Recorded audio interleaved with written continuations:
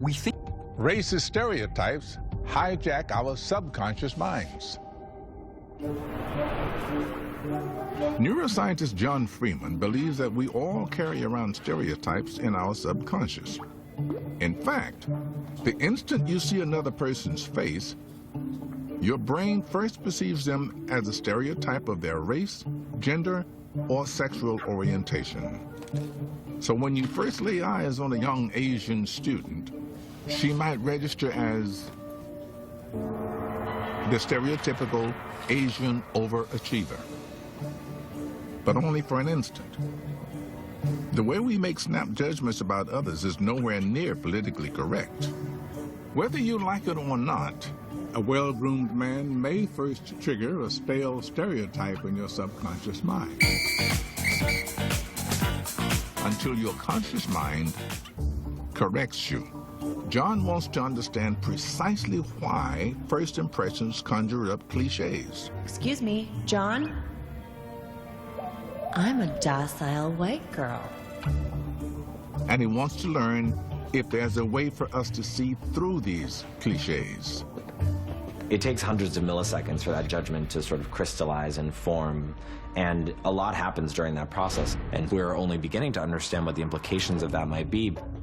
John uses brain scanners to determine exactly what is going on in the brain during the first fraction of a second of perception, long before we are consciously aware of what we're looking at. The brain is like an office, where two key desks handle most of the face analyzing workload: the fusiform face area and the orbital frontal cortex.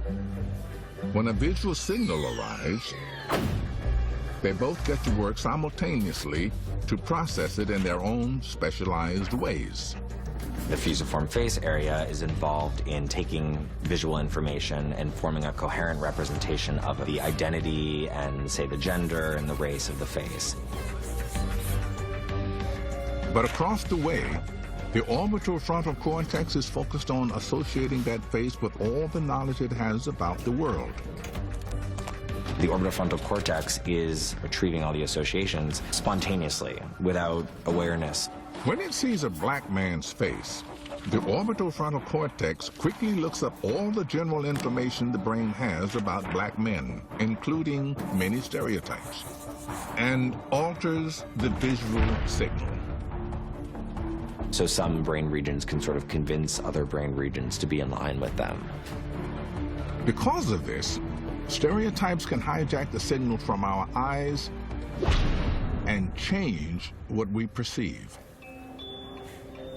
When test subjects look at a black male with a neutral expression, their brains immediately light up as if they are perceiving anger.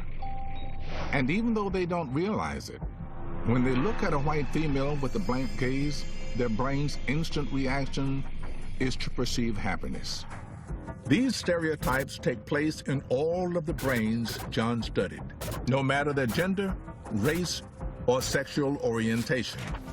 These prejudiced thoughts are quickly snuffed out by the conscious mind, but that doesn't mean that they're harmless.